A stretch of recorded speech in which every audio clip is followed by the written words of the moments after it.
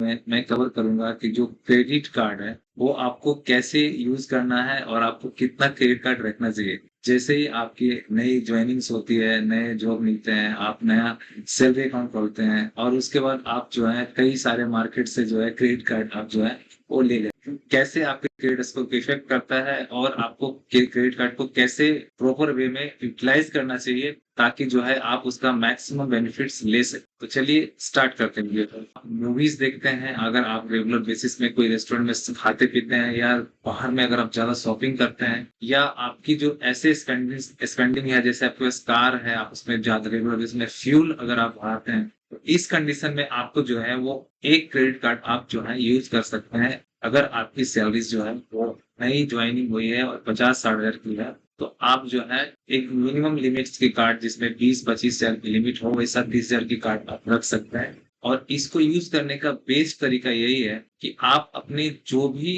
Salaries है, आप पहले उसको देखें कि उससे आपका 5% से ज़्यादा आप खर्च इसमें नहीं करो, आपकी सैलरीज़ का। मतलब अगर आपकी सैलरीज़ अगर हम मानते हैं 60,000 रुपए है, तो इसका 5% मुश्किल से आता है 10 से 12,000 रुपए। तो ये 10,000 से 12,000 ही आपको यूज़ करना है। तो अगर आपकी क्रेडिट कार्ड आपने लिया, उसका जो है 40-50 हज़ार का लिमिट आपको दिया, तो उसमें से मुश्किल से आप 10-15% 20% हार्डली से हार्डली 25% के आस-पास आप उसे यूज़ करें और फिर उसको अगले महीने आप ज़रूर रीपे कर दें। आप ध्यान रखें उसमें जो एक अमाउंट होता है मिनिमम अमाउंट, आपको वो अमाउंट पे नहीं करना है, आपको फुल अमाउंट पे करना है। क्योंकि अगर आप मिनिमम अमाउंट पे कर देते हैं, फिर भी आपकी आउटस्टैंडिंग रह जाती है और उस पर जो है कंपनीज़ कई बार जो है वो चार्जेज़ वग़ैरह आपको लगाती है और आपके ऊपर चार्जेज़ जो है वो रेगुलर बेसिस में बढ़ता चला जाता है। दूसरा चीज़ है कि जब भी आप क्रेडिट कार्ड यूज़ करेंगे, तो आप क्रेडिट कार्ड के थ्रू जो है उसको ईएमआई में कन्वर्ट करने की गलती नहीं करें। क्योंकि जब आप कन्वर्ट करते हैं, तो एक तो आपको प्रोसेसिंग चार्ज लग जाता है। दूसरा आप उसका रेट ऑफ इंटरेस्ट देखेंगे तो पर्सनल लोन के रेट ऑफ इंटरेस्ट 5 से 7% एक्स्ट्रा रहता है। मतलब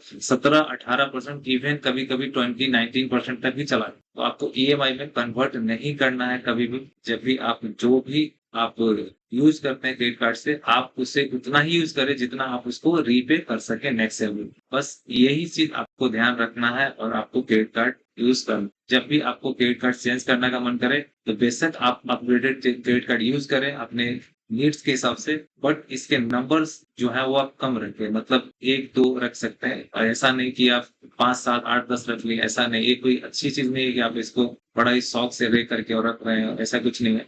आप जो है कोशिश करें कि जितना कम से कम, क्योंकि ये आपकी परचेसिंग पावर को बढ़ा देती है और आपको फ़ील देती है कि आपके पास पैसे हैं, जबकि ये पैसा आपका है नहीं। और आप जब एक बार इसे यूज़ कर लेते हैं अलग-अलग जगह में शॉपिंग करके, मोबाइल लेके कपड़े वगैरह खरीद के ज़्यादा अमाउंट्स का, फिर आप जब उसे रीपे करने की स्थिति में नहीं रहते, तो आप उसे ईएमआई में कन्वर्ट करने का ऑप्शन कंपनी आपको दे देती है। तो एक बार ध्यान रखिए कि अगर आप क्रेडिट कार्ड इस तरह से यूज़ करेंगे, मतलब ज़्यादा अमाउंट यूज़ करके ईएमआई में कन्वर्ट करेंगे, तो आप एक तरफ से जो है वो लोन के ट्रैप में फँस रहे हैं, जिसमें आप कह सकते हैं कि जो हायर रेट ऑफ इंटरेस्ट में आपको लोन, सेम कंपनी जो आपको पर्सनल लोन 10-12% में देती है, आज के टाइम में वो आपसे 50, 60, 70,000 रुपए दे करके आपको जो है 18-19% का तरह से पर्सनल लोन आपको दे रहा है। तो इन सब चीज़ों से बचें। आपके स्टार्टिंग जॉब में आप जब भी आप किसी भी पीएसयूज़ में या किसी भी प्राइवेट सेक्टर में भी आप काम कर रहे हैं, तो भी इन चीज़ों को मिनिमम करें और आगे आप आसानी से अच्छे से क्रेडिट कार्ड को यूज़ करके अपना क्रेडिट स्कोर भी ठीक कर सकते हैं और